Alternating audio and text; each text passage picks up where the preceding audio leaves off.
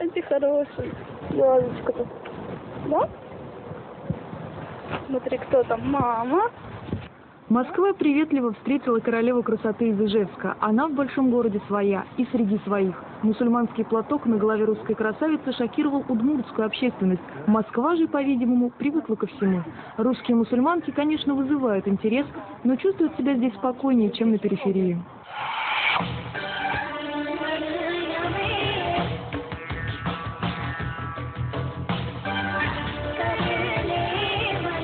Как бы очень много было народу, зрителей, да.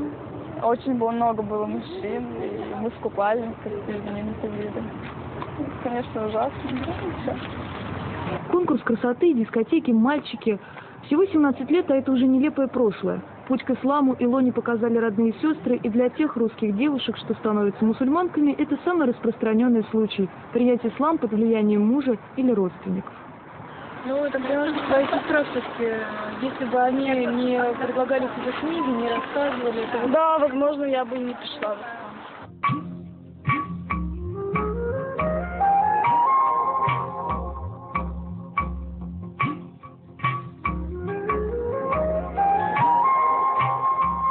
Мусульманин не может взять в жены неверную. Эта русская девушка, будущий врач, приняв ислам, теперь может выйти замуж за ингушского строителя. Никях, мусульманская свадьба в мечети, не похож на девичьи мечты о пышном торжестве. 20-минутная церемония, и ты верная жена. Самая хорошая жена для тебя та, на которую ты, если посмотришь, то твои глаза будут радоваться. Сколько русских молодых девчонок принимает ислам, почитать невозможно. Статистики такой нет. Одни идут за мужем, другие выбирают эту религию осознанно. Наташа сначала стала мусульманкой Лейлой, а уже потом вышла замуж. Теперь подыскивает мужу вторую жену. Ну, то, что я вижу, что в нашем браке это необходимость. Это не только моего мужа решение. Да? Мы это обговаривали, и из-за того, что у меня слабое здоровье, очень слабое, от меня, наверное, половина жены остается даже. Можно сказать, что из меня еще одной жены 1,5 жены получится.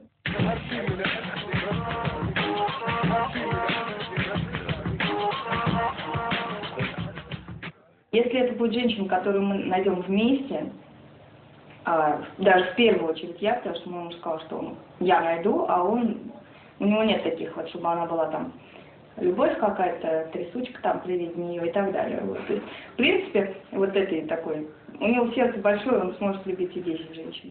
Раз надо мужу, значит так и будет. Русские самые строгие мусульманки, знают Коран чуть ли не наизусть, носят самую закрытую одежду, регулярно ходят в мечеть. Даже анекдоты у них религиозные. Да, это входит такой, да, немощный старик такой, протягивает ему руку, он хватает, говорит, ты кто? Он говорит, я твои утренние намазы. Нет, я твои намазы, короче. Он говорит, а что ж ты так быстро пришел? А ты тоже всегда на намазы.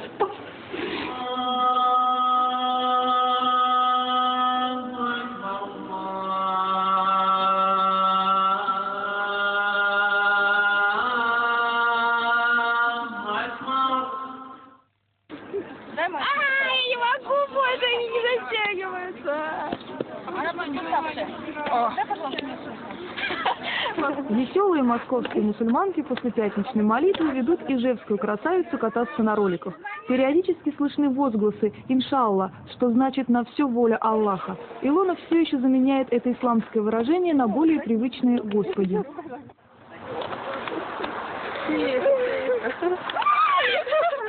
Вот я так же на коньках. Колени сгибай. Чуть загни колени. Чуть согни колени, могу как так-то.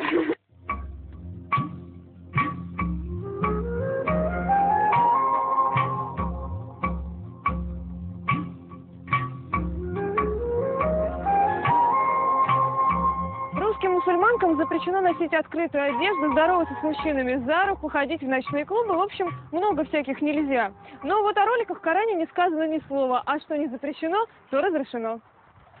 Тем не менее, одна из русских девушек, Амина, в прошлом Татьяна, от роликов на всякий случай отказывается. Раз на этот счет в Коране никаких инструкций, то и неизвестно, подобает ли такое поведение мусульманке. Раньше 19-летняя Амина руководила стритрейсингом, ночными гонками. Теперь даже фотографии из заездов никому не показывает.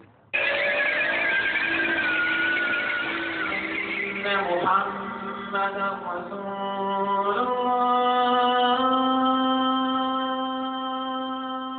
то, когда первый раз я увидела слезы своей мамы, мне было очень больно, я понимала, что ей делают больно, но я также осознавала, что платок я не сниму ни при каких обстоятельствах.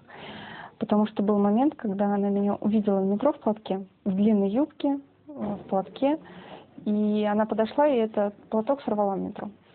Я его очень аккуратненько надела и сказала, больше так не делала. Особенности личности, склонность к эпатажу и нестандартным решениям, говорят психологи про таких, как Амина. В ислам она окунулась как в интересную игру. Приняв эту религию, она вскоре нашла себе жениха. По интернету русского парня из Германии, тоже мусульманина, за которого всерьез собирается замуж и которого увидит впервые только на свадьбе. После свадьбы, после того, как будет заключен брак по воле Всевышнего, я одену никаб. То есть закрыть лицо, оставить одни глаза. Я хочу принадлежать только своему мужу.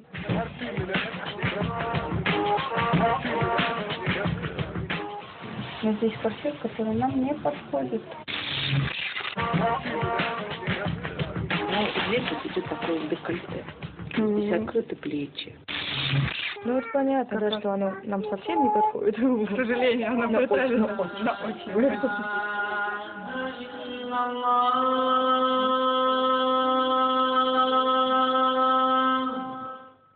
Принимая ислам, все эти девушки добровольно создают себе трудности и потом с упорством и упоением их преодолевают.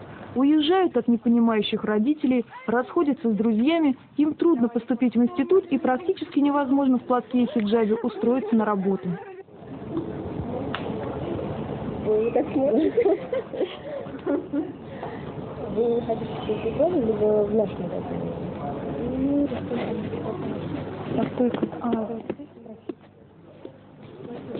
Где можно нам найти кадры? Для того, кто на работу принимает. Да. По поводу работы. Мы целый день пытались устроить одну из мусульманок на работу. Ей не удалось стать ни секретарем, ни менеджером, ни поваром, ни продавцом. Экзотический внешний вид отпугнул работодателей. Илона, поступая в институт, сдавала экзамены в закрытом платье, но на всякий случай без платка. Сокурсники только на первых занятиях узнали, что девушка с модельными внешними данными исповедует ислам. Сейчас Илона днем ухаживает за годовалым ребенком сестры, а вечером учится. Ну, я думаю, что она еще молода, но у нее все впереди. Она научится, она окрепнет в исламе, найдет себе достойного мужа и будет жить. Я думаю, что она полюбила ислам навсегда. О, я представляла, что я вырасту, стану в бизнес-леди какой-нибудь. И будет у меня шикарная жизнь, и все.